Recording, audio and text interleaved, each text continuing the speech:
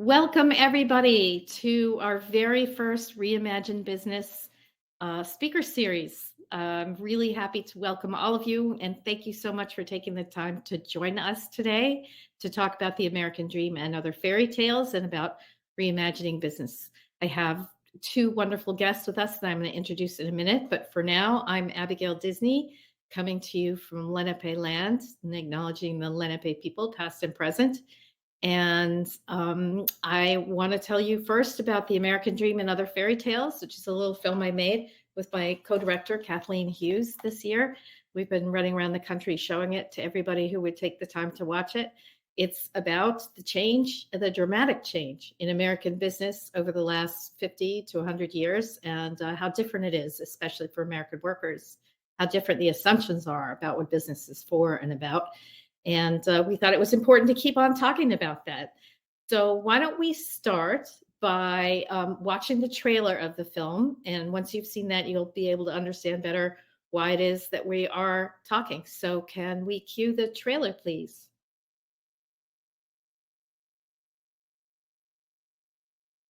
I hope. Do I have to do something? Be patient.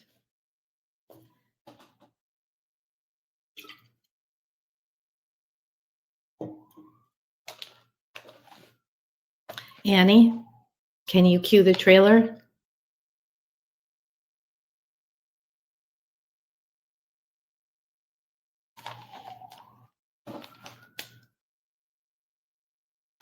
Annie.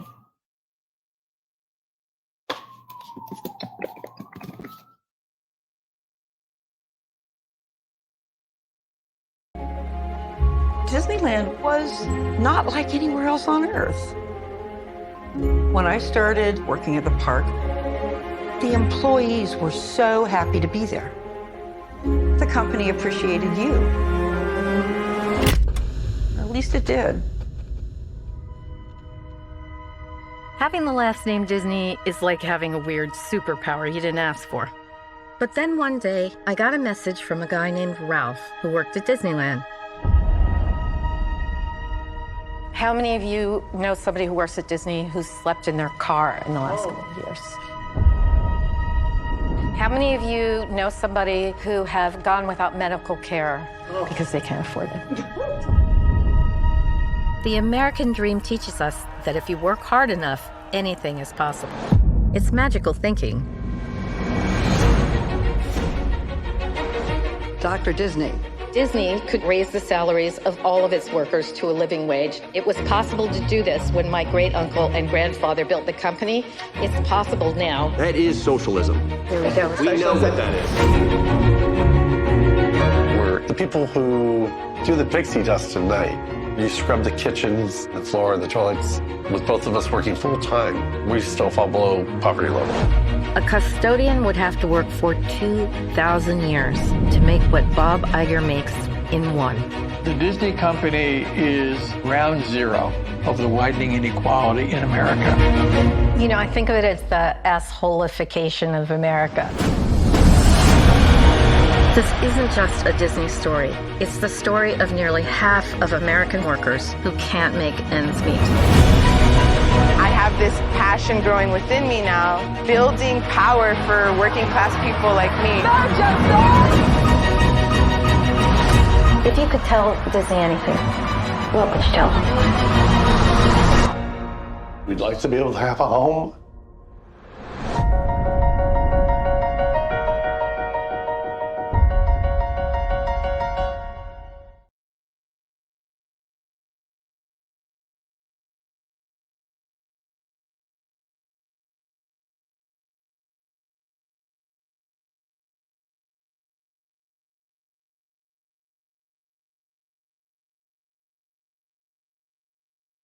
A second.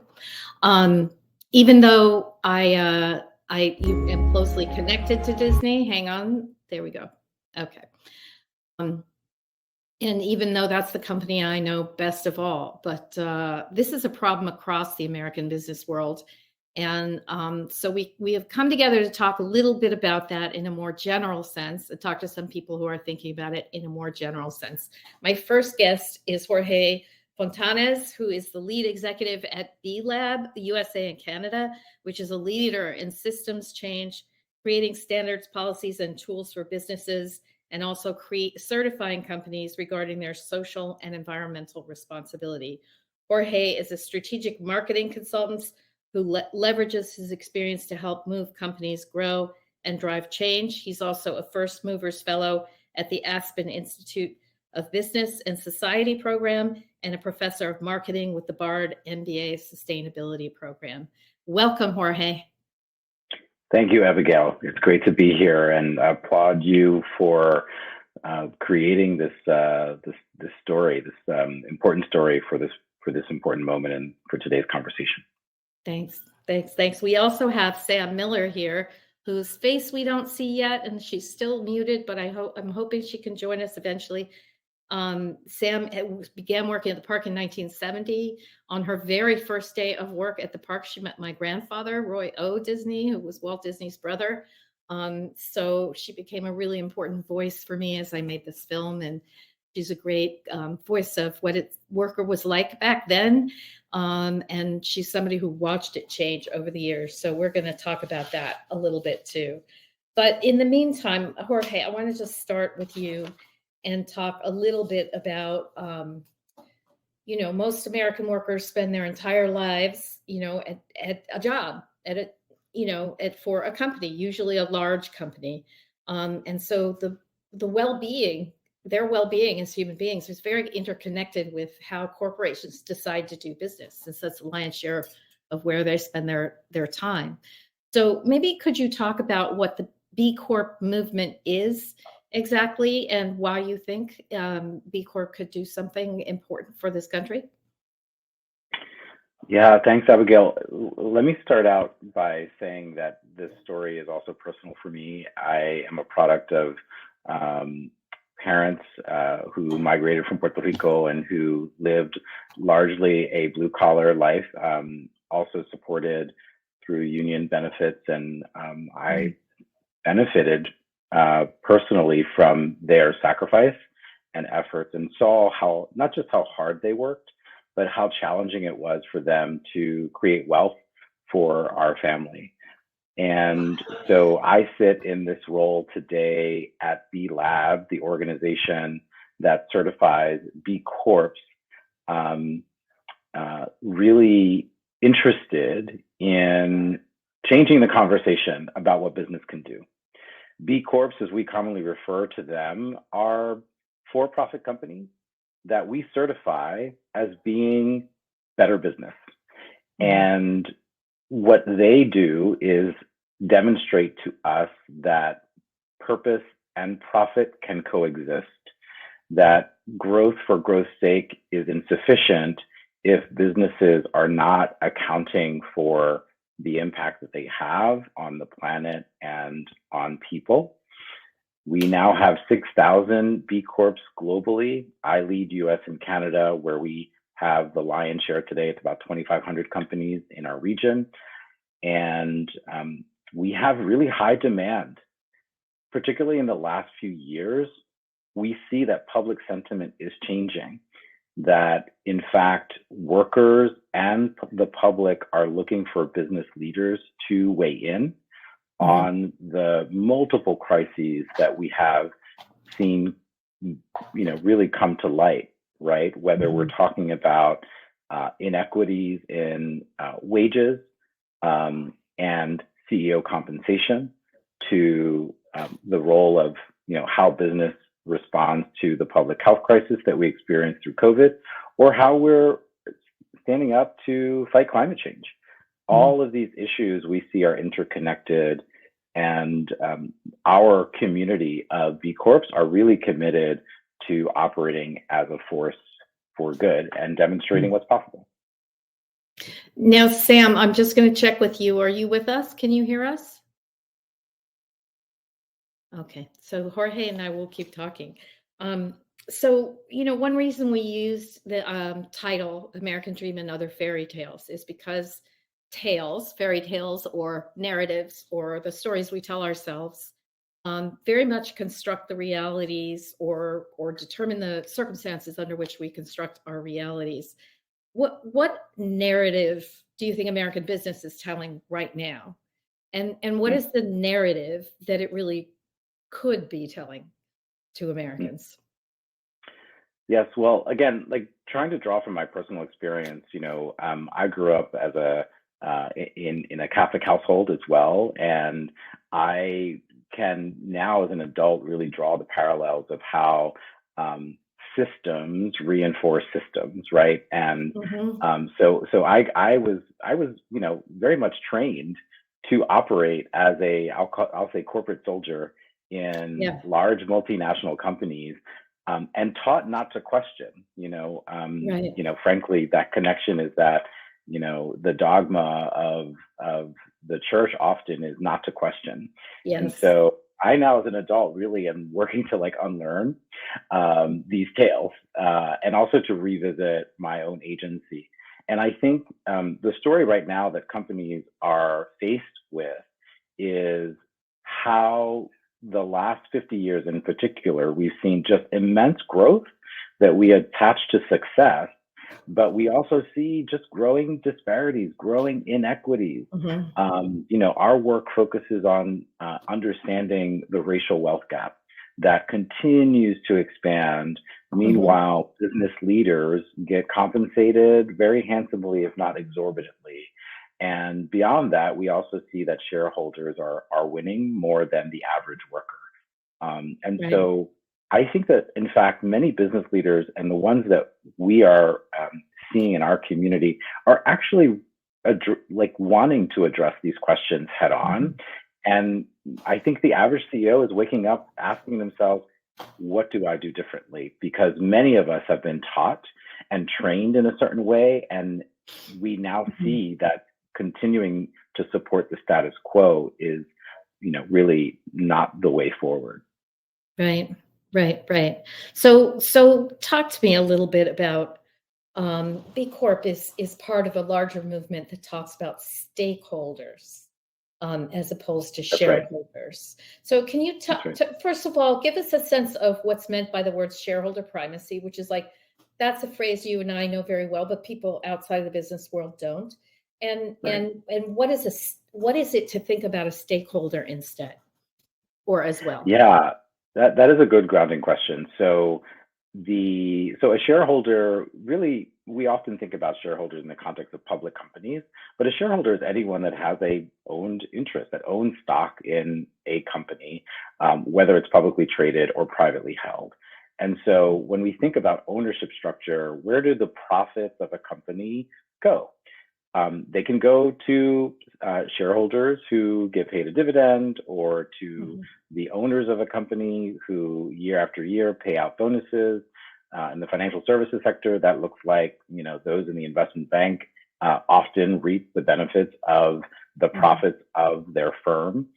And so when we expand the conversation to stakeholders, we're actually concentrated on not just the shareholders of a company, but in fact, the workers, the community in which the company is operating within, the suppliers and partners that also contribute to the value chain, and also the environment. That all of those stakeholders actually both contribute to the ability for that company to operate, but that they also are often negatively impacted, or can be positively impacted, based on the decisions of a company. And so we are expanding that definition. And I think the worker focus of your documentary is a really important one that many of us can relate to. Right. It is the workers who get forgotten or left at the bottom of the line. And it is something that I wonder about a lot, like when the profits come in and the decisions are made about, for instance, share buybacks, how it is that workers aren't considered as legitimate recipients of some of those profits, just as legitimate as the shareholders who benefit by buybacks, which after all artificially inflate the value of the company. That's right. Yeah. We're seeing some really interesting models that businesses experiment with. employee ownership models being one of them, cooperatives that we see often in the agricultural community as a way to ensure the profits not only go back to workers, but are also even maintained locally. And so there's also the dynamic of like, where does wealth go? Where do profits go? Not just in whose pockets, but how are they concentrated? And often the conversation that I find myself in is that there's been a lot of disinvestment in the last 50 years, especially, both from government, but also in concentrations of wealth that look like larger companies in particular taking profits out of communities, and those communities suffering as a result. I want to just say before I go any further that there's a Q&A box over there on the right-hand side of your screen. And in about 10 minutes, I'm going to open this up to Q&A.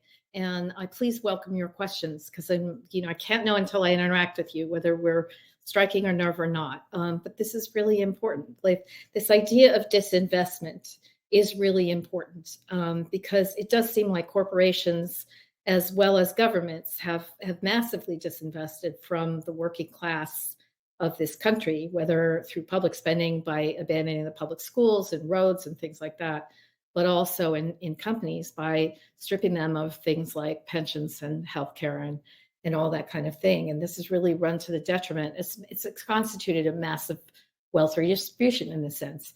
So when I go places like Congress, and say things about how workers need to be compensated better, I get accused of socialism. I always find that to be amusing because it's sort of a simple-minded accusation. So explain to me why the socialism charge isn't a legitimate one. And why do people go to that charge so quickly? Well, I want to thank you for pointing to a really important historical fact. You mentioned the Powell memo in your documentary and the role that it played in really reshaping the economic story in this country, especially. And I think it's really interesting.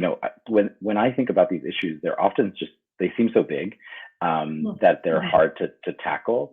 But I go back to Puerto Rico as an example of often how those historical decisions and stories have benefited large companies to the detriment of the people. So, today, when you look at the tax incentives that larger companies continue to receive, meanwhile, the last couple of decades in Puerto Rico, we've seen continued disinvestment, the closure of schools, the real challenge that they have in maintaining basic infrastructure, but also hospital systems.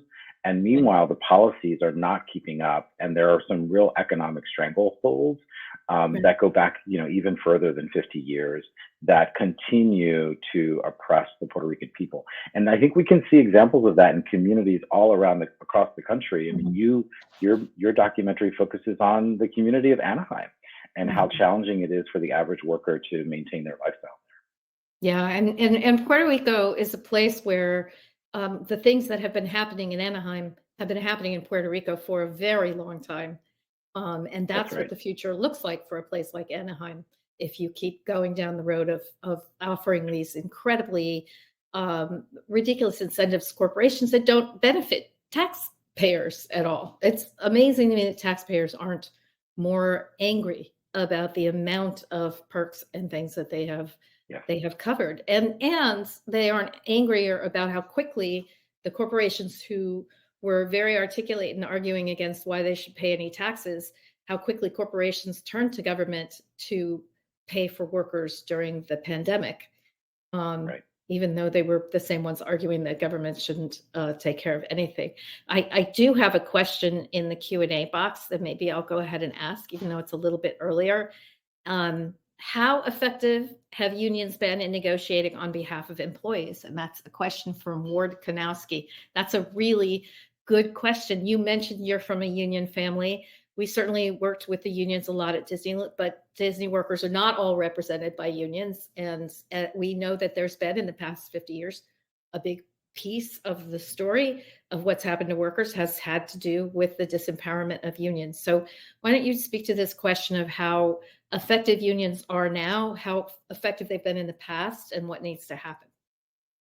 Yeah, I wish I could speak to all of those things. I do not consider myself a union expert, but I will just speak back to something that you said earlier, which is that why workers aren't more angry. Why aren't they actually, shouting from the rooftops? Yeah, workers are tired. mm-hmm. I mean, if we really look at, the fight for 15 in this country, which at this point is no longer a livable wage. We really need to redefine what's possible.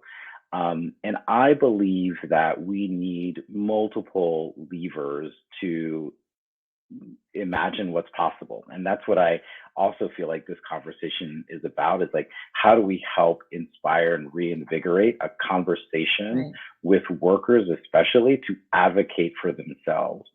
Within the B Corp community, we are seeing what's possible. We're not just imagining it, we're seeing some really interesting things happen. So for example, the average pay ratio between the lowest paid worker and the highest paid worker, often the CEO within a company, within a B Corp is only 7 times. Only 7 times. Oh, that's shocking. That's really shocking, right? And that's between the lowest paid and the highest paid. Between the lowest paid and the highest paid.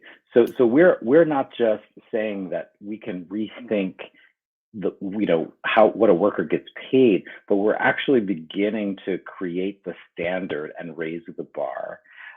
B Corps are also twice as likely to pay 100% of their employees a living wage based on their, where they're operating within their zip code.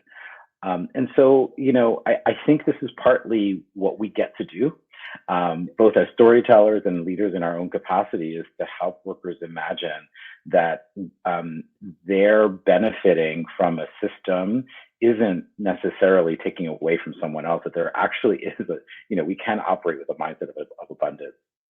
Right. Well, that's the key part here, the mindset of abundance, because in fact, that shareholder primacy motivation is actually precisely what's driving the scarcity mindset, which is driving the competition. And ironically, the scarcity is not happening for the people who are driving the scarcity mindset. I always found that to be really ironic. Sam, are you there? I mean, I see. Yes, I am. Oh my gosh, Sam is here. And will we be able to see you? Do you think? By the skin of my teeth. Do you think we'll be able to see your lovely face? No, I don't think so. I think that my technology here just said, "Oh no, not today." Okay, well, let's just take advantage of you while we have you. Nevertheless, thank you for joining us. So, Sam, maybe you can just paint a picture. Abigail. Paint a picture for us of what it felt like 50 years ago to work at a company that valued your contribution, even when you were really working at the lowest edge of the power there.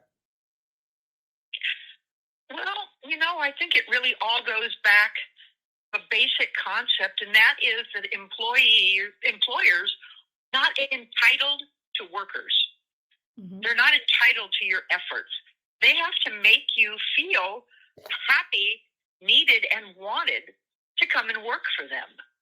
Uh-huh. They need to make you feel a part of what they're doing, and that your contribution is going to actually be worth something. Wow. It's all in how they make you feel. I never intended to stay with Disney that long. It was just going to be a summer job. And I went in like everyone else, and I had my orientation in 1970, and my God, here comes your grandfather into the Plaza Inn. We were all there, and everybody was kind of asking questions when he opened the floor. And I was thrilled, nervous, and I kind of put my hand up, and I said, "Well, Mr. Disney, do you think?" And he put his hand up. He said, "Now you stop right there." He says, "You call me Roy." And I just why do you think that was important to him that you don't call him Mr. Disney? What do you suppose what was behind that? I think it's because it used to be the Disney traditions that you were really a part of something. You were a part of a Disney family. You weren't an outsider coming in, punching a clock, going out with no benefits at all. Yeah. Because you were actually creating what people were coming there to see. They had their dreams, sure. Walt and your grandfather, and they all had their dreams about what they wanted to create, but it was the cast members that actually brought that all to fruition. And he wanted to make sure that people knew that. And tell me about this. Go ahead. Tell me about this Disney tradition of people picking up garbage.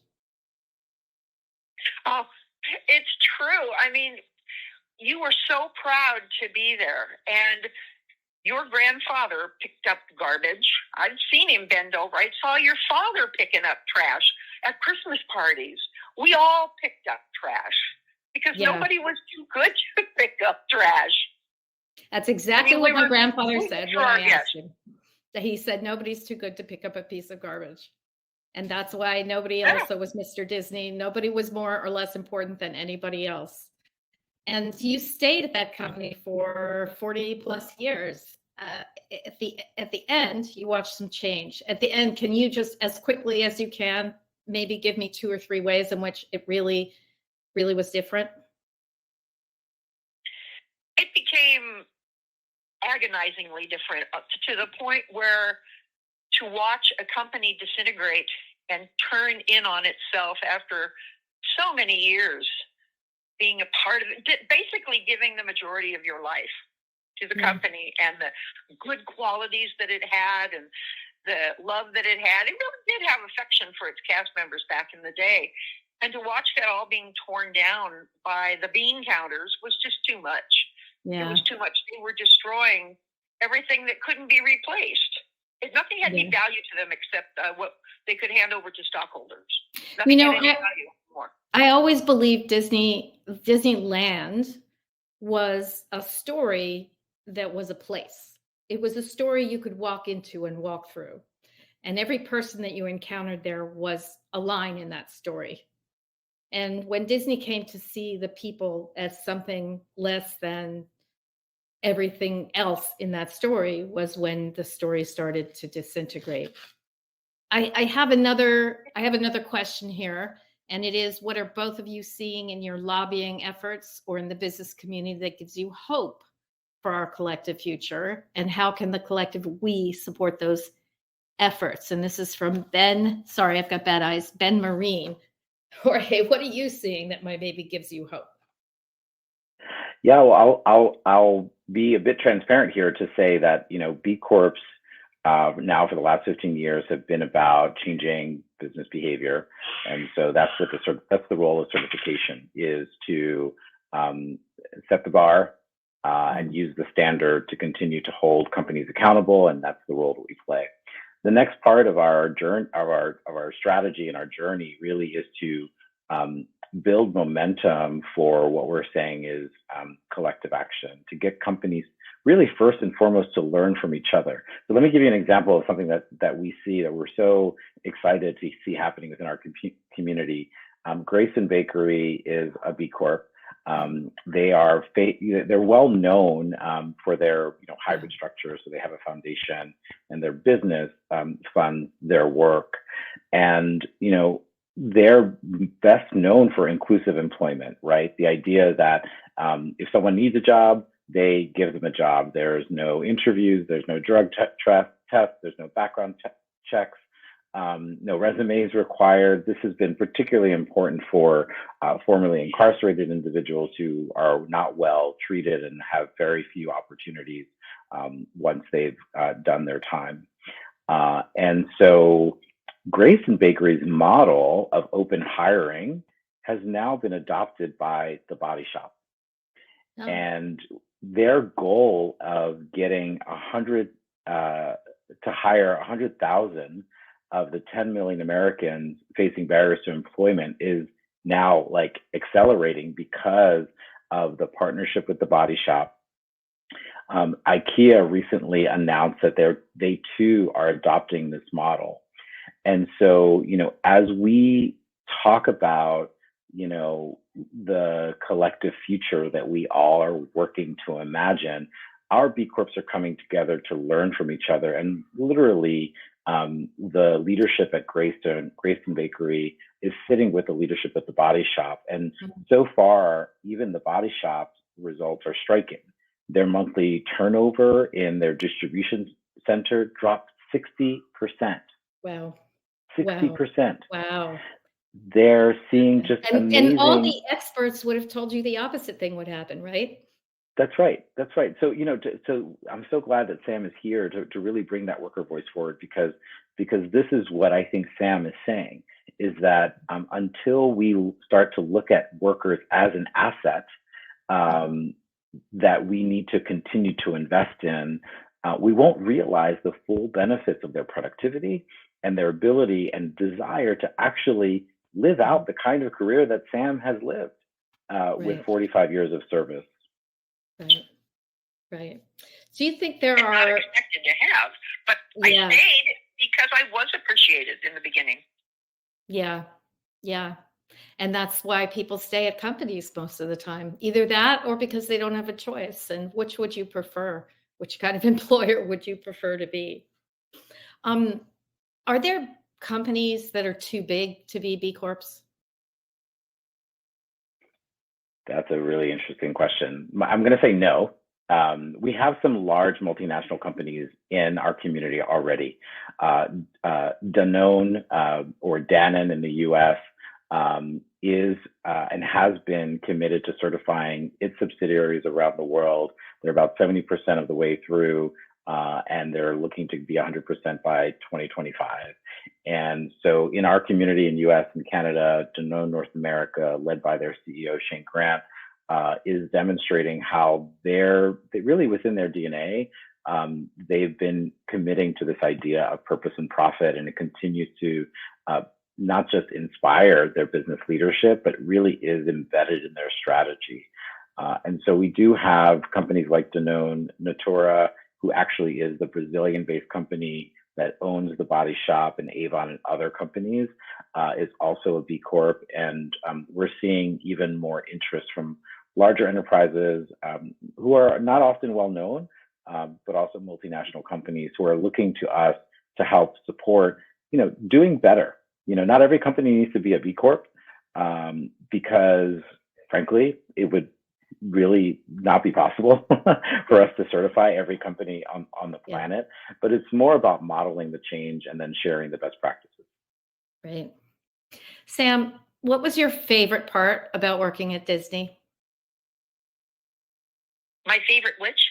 What was your favorite thing about working at Disney?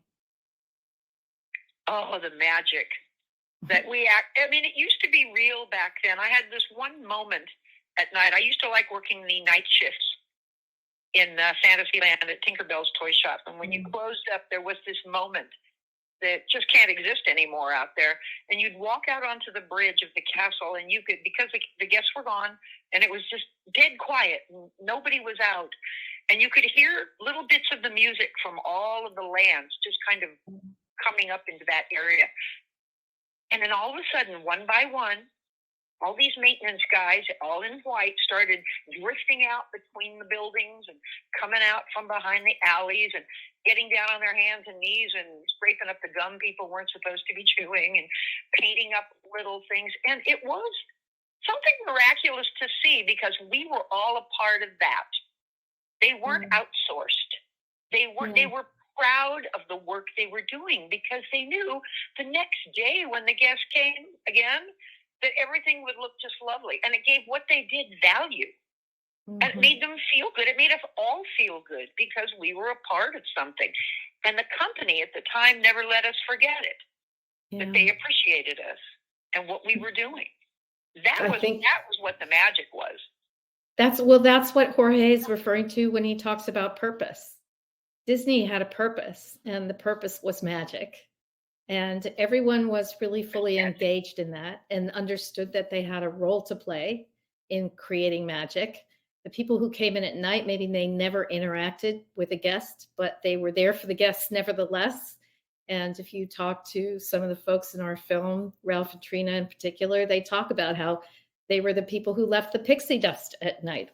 It was very much the purpose of the company to be scattering pixie dust all over anybody who wanted to come. I do love that was our essence, and it's still there. It's still there, but it needs a polishing. It needs a little bit of a resurfacing. We are running slowly out of time. Jorge, is there anything thought you want to leave us with? I was just going to reflect on this sentiment, of like what's been lost, right? And kind of going back to like, what do we imagine is possible? And I think we're at the end of the day, we're talking about like how we bring humanity at work. This was actually the theme of our last conference for the B Corp community, and that is a basic human need, is to feel recognized, appreciated, valued.